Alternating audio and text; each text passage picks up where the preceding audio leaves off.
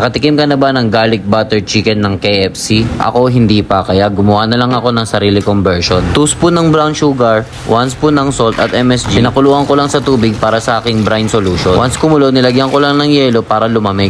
Hinugasan ko lang yung chicken at brine overnight. Then gumawa ko ng sugar syrup para sa sauce. Tubig at brown sugar lang to over medium low heat. Sa butter naman, kahit anong butter pwede. Sa case ko, Magnolia Gold ang ginamit ko at nag-mince lang ako ng garlic. After ma-brine overnight ng chicken, drain ko lang at nilagyan ko ng 11 secret herbs and spices ng KFC. I-google nyo na lang, lalabas na agad yun. All-purpose flour at potato starch pinaghalo ko lang para pang dredge sa chicken. Mas mainit na yung mantika, pwede nang i-drop yung chicken until well done. Sa case ko, 15 minutes ko siyang prinito over low heat. After ma-fry ng chicken, gumawa na ako ng sauce. After masotay ng garlic sa butter, nilagay ko na yung sugar syrup. Kung walang sugar syrup, pwede lagyan ng honey. Kung walang honey, pwede lagyan ng asukal. Then nilagyan ko lang ng konting slurry para sa consistency. At sinison ng salt and pepper. Pwede